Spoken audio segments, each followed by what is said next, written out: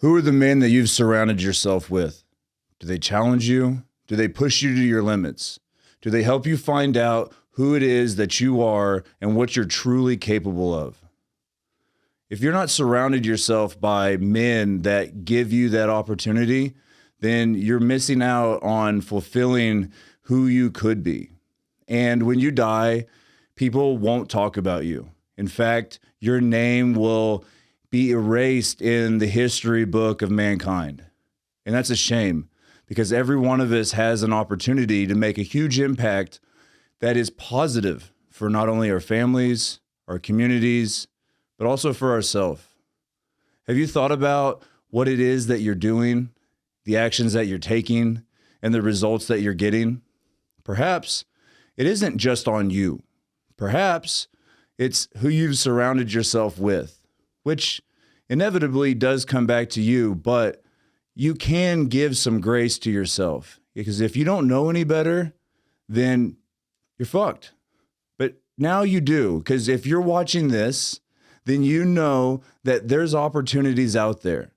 By now that you've seen men on this channel talking about the experiences and the problems that they've overcome, and that you can do the same thing. Because even me, for right now, the people that I've had on this podcast have inspired me to do things that I didn't think that I was capable of doing. And because I believed in them and I learned from their mistakes, I took action and I found success. So I'm asking you right now, can you improve your friends? Roll that intro.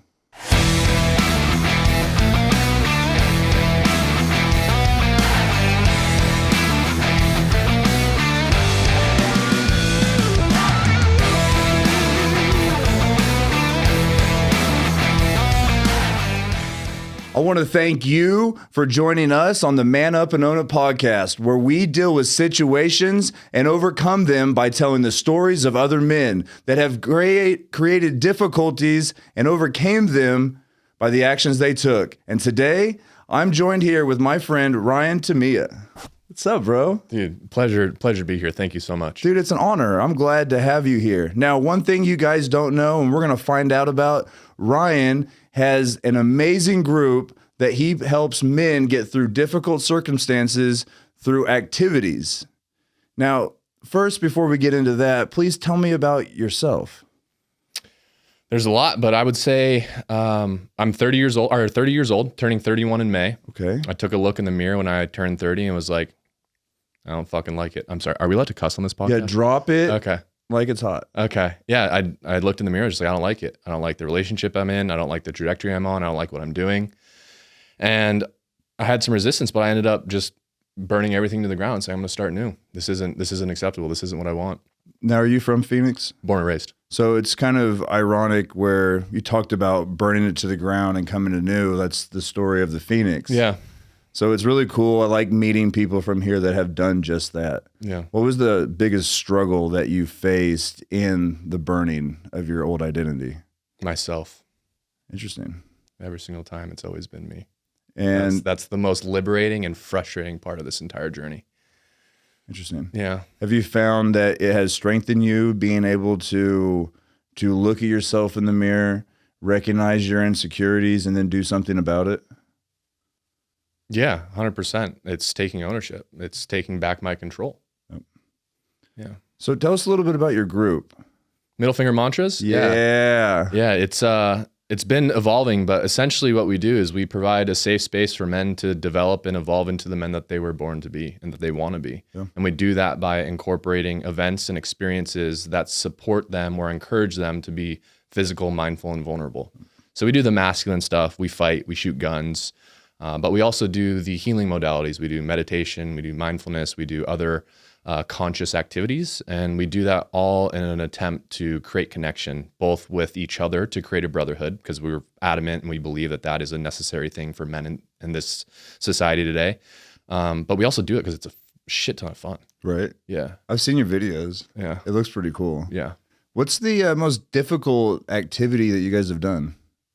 Difficult. Let's define difficult. Let's say physically challenging. It has to be either the Man Maker, which is what we closed 2023 out. The Man Maker was a physical exercise that we use to kind of like test the edge and like have people feel like they need to quit, or like something that was a daunting task where it's like, okay, like you have another level that you don't even know about. So it was either that one or it was the Deep End Fitness collaboration that we did. I grew up in Phoenix, so I'm like, and I grew up with a pool, so I kind of swim well, especially with my body type. Yeah. So it was a little bit easier for me, but a lot of the other guys had big time resistance. Not resistance. They had to struggle. Yeah, absolutely. And I even experienced that after I think they called it the, anyway, we had to pass like a basic test in order to go into the workout. The basic test wasn't too bad. We all passed it. There was definitely some periods of like, that was difficult, but the actual workout in the water was nuts. So those two were probably the most difficult physical ones. Yeah, not only is your muscles screaming, you're also at the chance of drowning. I mean, you're not going to drown, but still, like, yeah, it's still a fear, right? It was a mental one, but also physically, like being able to hold your breath for that long. Like it was hypoxic training. Okay. Right? I don't know if you've ever gone into like different, it's crazy stuff. Interesting. Yeah. So so walking into it, the guys were probably a little questionable. And what was the difference that you saw in them once they completed the task? Oh, like complete joy and like pride.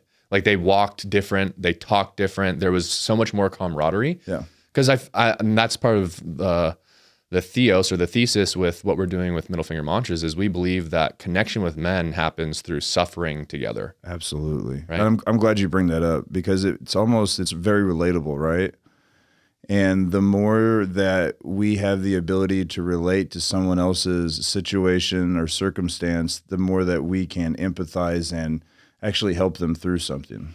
100%. And I also think it's a reveal of character. Absolutely. Right. And I think myself included, a lot of men struggle with empathy when we're able to go through the same experience together and understand the suck that someone else is going through, right, and then see how they handle that. It's like, dude, you've earned my respect. It's not just given to you. Absolutely. Like we're fucking brothers now.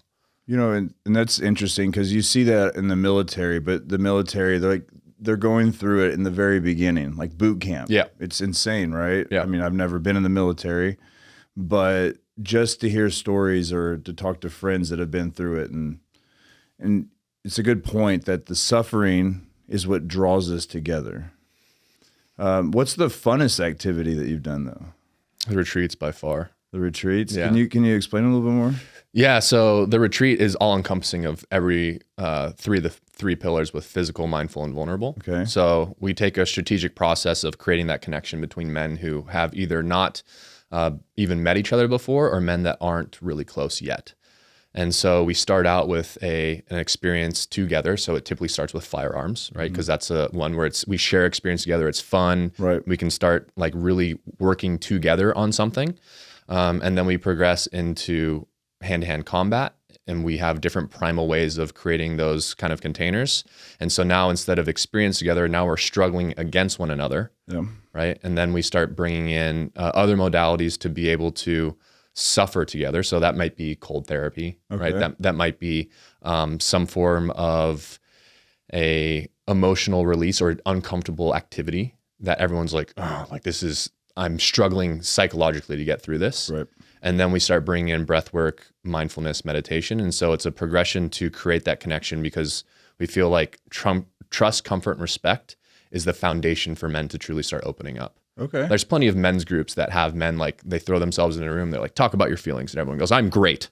How's everyone else? I'm doing wonderful. But like, in order for us to truly start talking about the things of substance and the difficulties that we're going through in life, there has to be that trust, comfort, and respect. And so the whole front end of that experience is to establish that.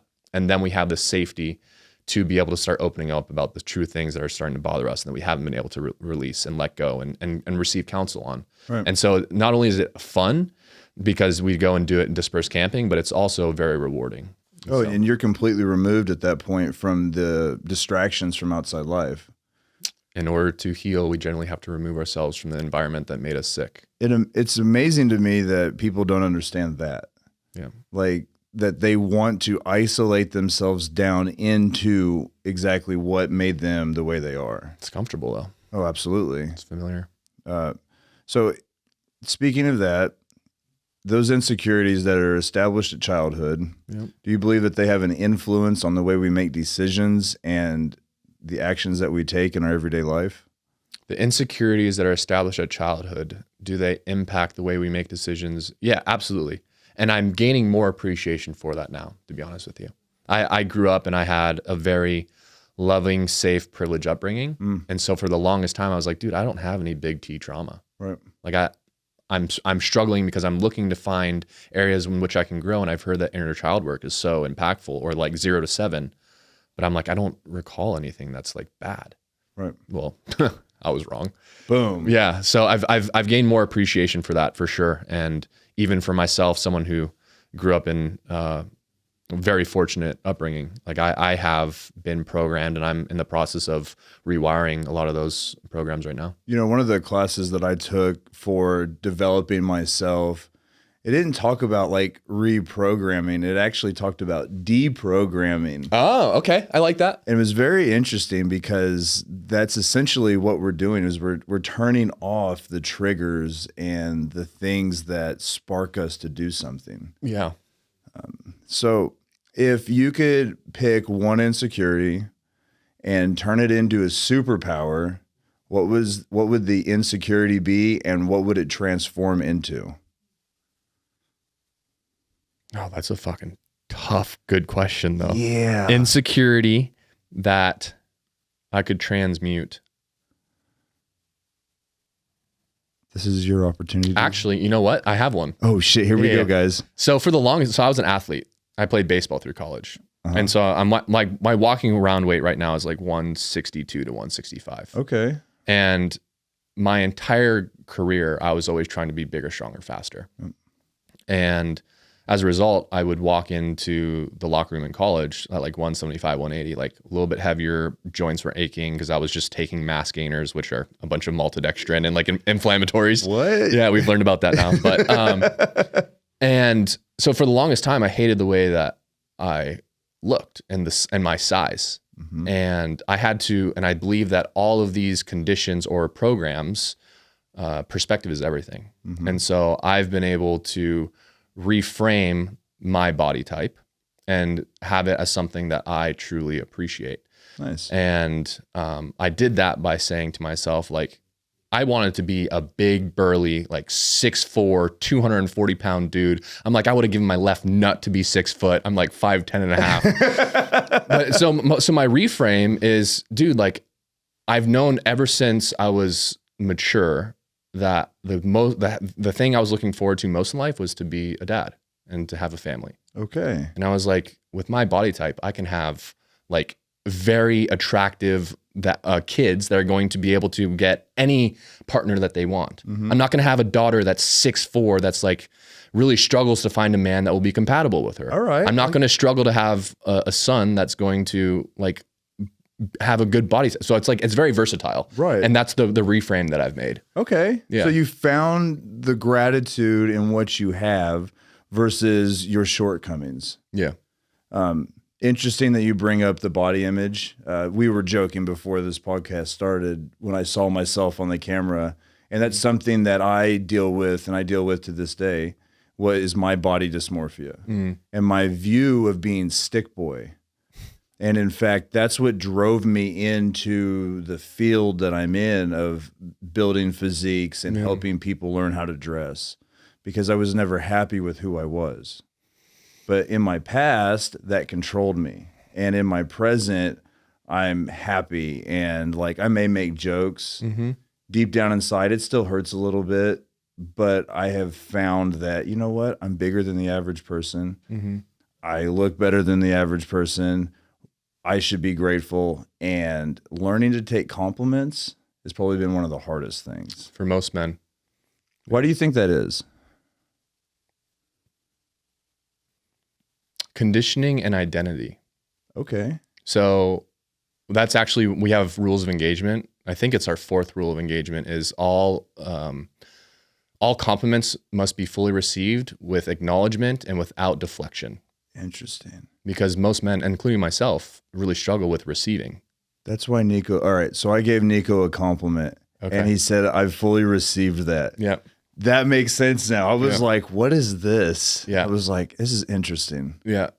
So yeah, I think it's a couple things. One, like my father, for example, was very modest. Yes. And so he would always, no, and like deflect compliments. Mm-hmm. And so that was a learning or a programming that I had instilled in me, because that's the way that we operate. Absolutely.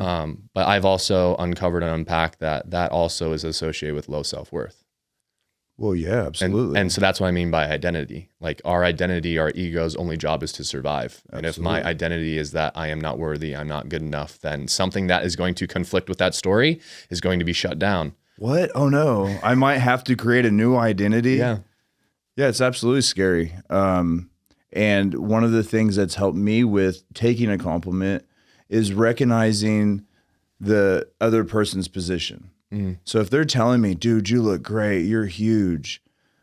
Well, they're probably insecure at the moment and have put themselves out of their safe place to give somebody else a compliment that they don't know.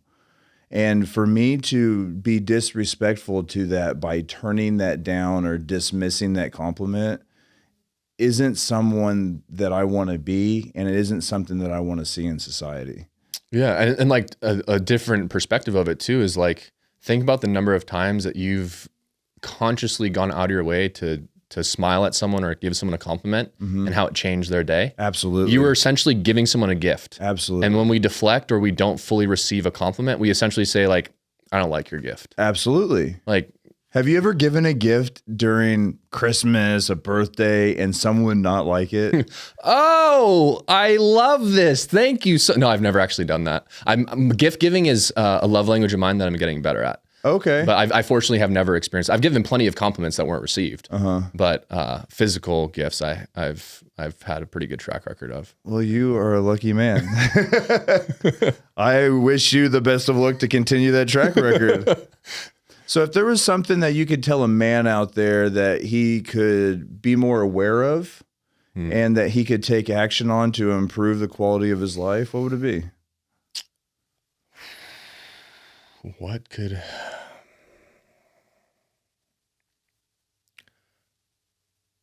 I don't know if this applies to every man, but I think it's going to apply to the masses of men. Yeah. And in my own experience and my observation of friends, I believe that men have a knee-jerk reaction to find isolation whenever times get tough. Okay.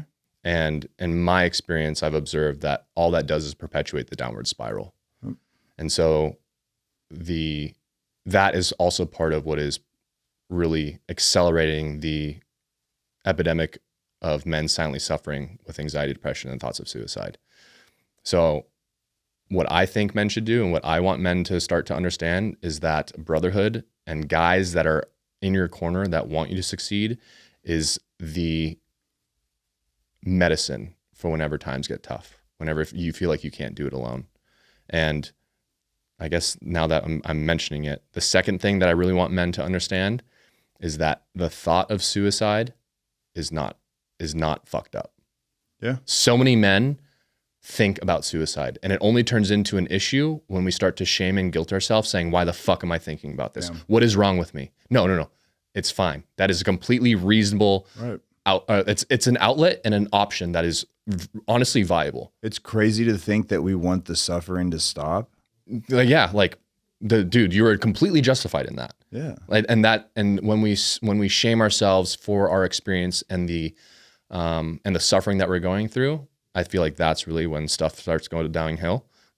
I don't even know when stuff starts to go downhill, right? But if we can honor that and accept that, that is where the transformation happens. Absolutely. Now, how can a group be more productive in the handling of one of their brethren? By honoring them in their process. And what would that look like? My job as a man is not to fix you. It is not to solve your problem, but it is to make you feel safe, seen, and heard, and also to make you feel supported, right? So a lot of times, this is actually something that we're going to be focusing on within Middle Finger Mantras, is the ability to hold space. Like, what does that look like? Mm-hmm. And for a man to open up and say, hey guys, like, I'm really struggling with X, Y, and Z, is a very vulnerable position for them to be in. And it's a lot of times one that most men are hesitant because of negative repercussions they've experienced in the past. Mm-hmm. So being able to acknowledge that and then support them through that is true love. Mm. One thing that I have found gets more results is asking questions. 100%. Questions are awesome. Instead of giving someone a solution. Like, Yep. in all reality, we already know the answers. I think what we're looking for is more men that are willing to be like, yeah, dude, you're on the right track. Or have you thought about it like this? Or what brings you to the conclusion that this is the right answer? Then they can walk through it. Because if we're having a conversation in our mind, then that identity is doing its job to validate Yep. its previous experiences. For sure. Yeah. There's a cyclical thought pattern that needs to be broken.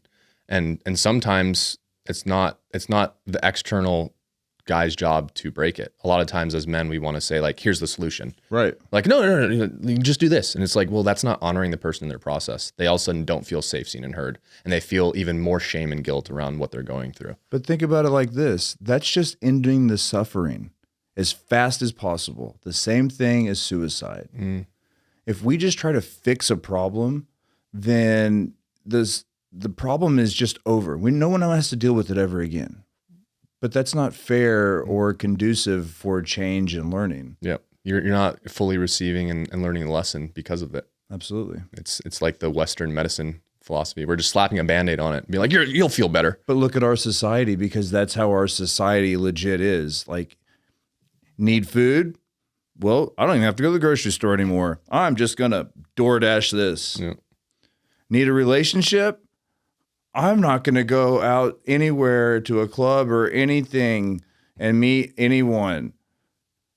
Facebook, Instagram, swipe left, swipe right. Like, our worlds are so instantaneous now, and we're losing the skill sets to be able to interact with each other and appropriately help each other solve problems. 100%. My freshman year in college, my college coach said that we live in a microwave society, in a one-on-one. Yeah. When I was completely unconscious, I was navigating through life as a non-player character, and that really stuck with me. There was a lot of hate and negative emotions towards that freshman year experience. Yep. And I have since messaged some of those coaches and said, thank you. I finally understood what you were talking about. You know, and I bet that is the biggest aha or like win for them, is when someone like you that they coach and hope the best for reaches out and is like, hey, I figured it out. I know what you're talking about, and look at the things that I've done since then. Yeah. I'd like to think so. I didn't get a response, but it's not for them. It's for me. Absolutely. Yeah. I mean, and how often are we doing that right there? We're having expectations of others because we're doing stuff for ourselves and then expecting them to give us some type of validation. You know, I got a question for you. This is a good one. You always got good questions, bro. What is the only thing that validation is good for? What is the only thing that validation is good for? Is there an answer to this, or are you just asking an open-ended question? Oh no, there's an answer. And I'm sorry, because I swore I put I'm on airplane mode. I don't know why this thing buzzed. What is the only thing validation is good for? Because that's the sign from the heavens right now that you've been given the challenge. I'm willing to be wrong. I feel like I don't even have anything at the front of my mind that is an answer to this. Do you want to bail me out and give it to me, or do you want me to actually like? You can phone a friend. I'll be your friend. Okay. Parking. That's great. I love that. Absolutely. Yeah. You know, and if you think about it, when we look back at everything that we did trying to get approval from somebody else, all we did was rob ourselves of our own dignity and our ability to move forward. That is insane. And by the way, I was really expecting that to be a deep question. It was just like, that was like a dad joke. I love it. But I was actually journaling on this the other day, because after the masculine feminine conversation, I've experienced after highs, I'll go into low self-worth thoughts and behaviors. And I was journaling and saying, wow, what an incredible thing for my ego and my identity to do, where it goes and seeks outside validation. And then the second it comes in, I don't fully accept it. Exactly. Like if that is the biggest expression of low self-worth that there could be. Well, and it's like you don't even need it. And that's your body telling you, your brain telling you, like, we didn't need this. Yeah. But somewhere in our programming, we have been told that we need it. And usually, from what I've studied and recognized, it came from our parents. 100%. I reflected on that, and that's we're absolutely waiting true. for our dad to tell us we did a good job. Instead of our dad telling us, do you felt like you did a good job? Yeah. Are you proud of the effort you put in? And that's something that we've done very extensively with our daughter. We'll ask her first how she is and what she thought and what she could have done better. That's awesome. Then we give her our 2 cents. Because at the end of the day, I'm going to die. Yeah. And she ain't going to be able to get validation from me. Dude, conscious parenting. That's some good shit right there. But it's been a lot of trial and error. And it all came from me taking accountability for myself in the way that I was acting. Yeah. So I have a thing that I ask all the time, and it comes down to, who do you want to be remembered as at your funeral? What do you want people to say about you when you die and they get up and tell the congregation about who you were? Fuck. That's like, I've heard of questions like that, and those are even journal prompts. And one of the things that really comes to mind is, I want to be known for being ridiculously generous. All right. So my next step is, what does that look like? What do those actions look like? What would you have to do to be remembered as extremely generous? Going out of my way to help other people. And I think being ridiculously generous is a time and a monetary thing. Okay. Right. So like I've wanted to have a philanthropic organization that helps underprivileged kids. I had a lot of guilt around my upbringing for a long time, because I was like, who am I to have all these experiences and privileges that other people don't have?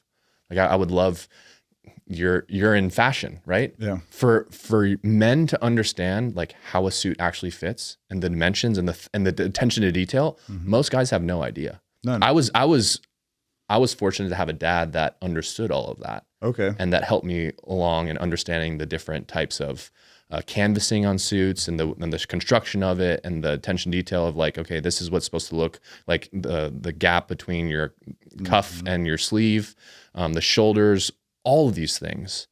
And where was I going with this? Oh, and so I'm like, man, having a 5-star experience dinner, understanding how you behave or how you can behave when you're sitting on the floor at the Suns game. Yes. Right? It's like all those experiences, like, who am I to have these? And to be able to help other people who don't have the resources to have those experiences, but have very much opened up my mind and helped me expand into what's possible and feel like I belong there, are all things where I'm like, I'd love to be able to give that to underprivileged kids. Dude, I love it. Yeah.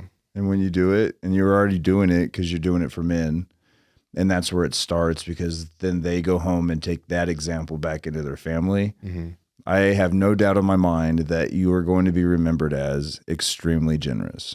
I appreciate that. Absolutely, bro. Just keep doing what you're doing. I'm fascinated, because I obviously want to respect the structure of this podcast, but I also want to learn a little bit more about you. What do you want to be known for when you pass? I want to be known as the guy that gave someone else a voice, that helped someone else shake a hand and help them solve a problem that they have.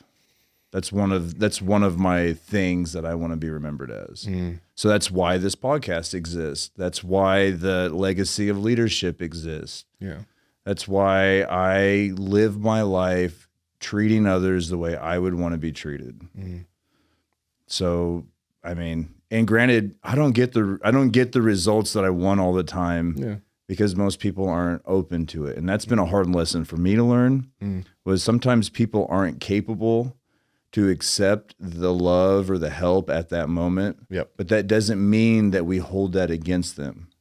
So normally when I see people have outbursts or blowouts, that's them hating themselves, projecting it outwardly onto someone usually like me, because I'm usually willing to listen and I'm understanding. As the great not doctor, Dr. Phil says, I'm the most understanding person that I know. And that's what I try to be. I try to be understanding. So if someone has a blowout or someone freaks out, I try not to hold that against them. And we create space. And then when they come back, I'm open arms. That's awesome. But I'm also an understanding of who you were and what you're capable of doing. And I pay attention. And if you haven't made the changes, then we make distance and then we come back together. I love how you're able to not take that personally. I mean, don't get me wrong. It can be hard at sometimes, but there's a lot of evaluation of like everything that's happening. Right. But it's understanding like that's not a reflection of you. Absolutely. That's a reflection of like their internal state, which is, it helps with compassion when you see like, damn, that's how much hurt and anger they have. Yes. Like that's gotta be very difficult to operate like that on a consistent basis, which is awesome, because what I hear from that is that you're living your dream life right now. I am. You're giving people a voice and you are helping people. I am. And it's growing. Like our first dinner, we had 10 people. And I was kind of capped because the place I chose to have it at was like, you can only have 10 to 12 people. And I was like, oh, that sucks. Yeah. Oh, well. The next one we had, we more than doubled it. We went from 10 to 23. You know, and so the next one, partnering with people like yourself, we'll get more and more people in, and we'll start doing what I've always dreamed of seeing men hold each other accountable in an appropriate way. Yes. For us to live an example that we can be proud of in front of our family. Fucking retweet that, bro. Yeah, I'm excited to support you in that. And I'm also excited to see how this helps you in your personal journey, because going and growing 130% into your second one, right? Like, and even Nico and I have experienced this where it's like, okay, well, we can't allow our self-worth and our value to be dictated by the attendance of other people. Right. And so to see, well, okay, what is event 3 going to look like? What is event 4? And like to kind of go through that with you. Cause hosting events, dude, is a different animal.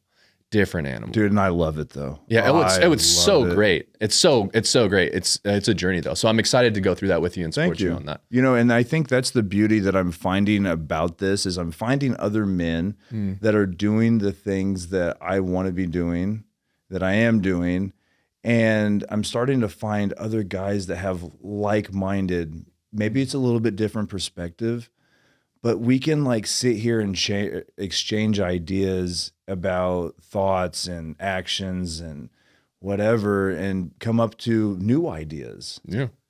And the sky's the limits, man. Like I'm excited. Shit. Like this podcast has got me going now. That's where all the shift happens. It's all perspective. Well, absolutely. So that's interesting. You bring that one up, and I love that. I heard a guy that was talking about how to be a spy in the CIA. Dun dun dun. I think I know who you're talking about. He said the best way to become the best spy that you can possibly be is by understanding someone else's perspective. And I thought about that and I was like, you know what? He's absolutely right, because that's what empathy is. I've always been very empathetic. Yep. I was raised that way. I'm an Eagle Scout. My grandfather fought in World War II. My grandmother was a nurse. Like those are the people that raised me a lot. Okay. So like that was the thought processes that we always had. But he made sense when he talked about the perspective. Yeah. And I'm sure that you have that ability too, especially in your coaching classes. Yeah. When you can have the ability to like see someone suffering and you can go put yourself in that spot. And the same thing with everybody else. Yeah. Yeah. It's the facilitation of people in that is evolving. Being able to identify it is step 1. Being able to honor them and support them in that is step 3. To be able to help them through a breakthrough is step 4. But what's step 2? Acknowledge and accept. Okay. And then like honor them in their process. I'm spitballing. I don't actually have like a framework for this.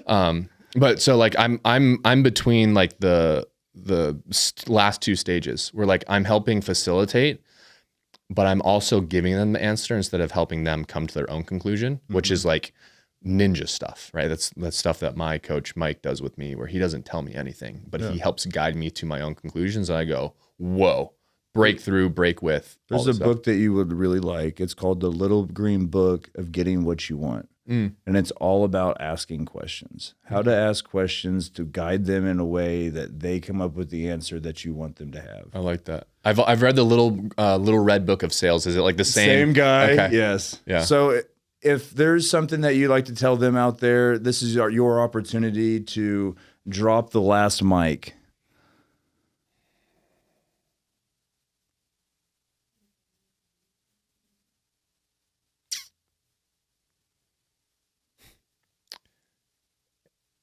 In order to heal your shit, you have to feel your shit.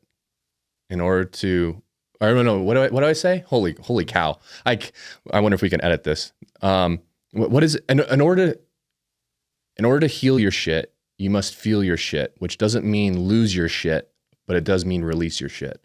I will die on the hill telling men that they cannot suppress emotions and avoid the trauma in their life into heaven on earth. Hell on earth has to go, like hell on earth, you have to go in to go out, and you have to feel and take ownership over the emotions and the physiology that you have. And I ran from it. I shut down like most men. I feel like there's two major reactions. There's either one, you suppress all emotions and you just go, I'm just going to survive through life. If I don't feel anything, then I won't feel pain at all, which is what I did. Or you are on the edge and your fuse is about this long your entire life. And that was you. Okay, right? And they're both responses to life and trauma. And the inability to control yourself. Yeah.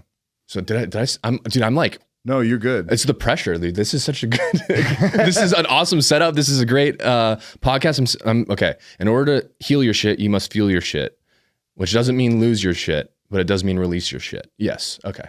Booyah. Yeah. All right. So if they want to get in contact with you, tell them out there how to find you and your amazing group. So we are at Middle Finger Mantras on Instagram. My handle is Ryan.Tomita, Tomita. And we are coming up on other social media platforms as well. All right. So you've heard it best here. Your ability to get where you want in your life comes down to you controlling yourself and taking accountability. And I want to thank you for choosing to be here on the Man Up and Own It show, where we deal with men's experiences and help them get through the difficult times by sharing the stories of amazing people that have done just that. Thank you.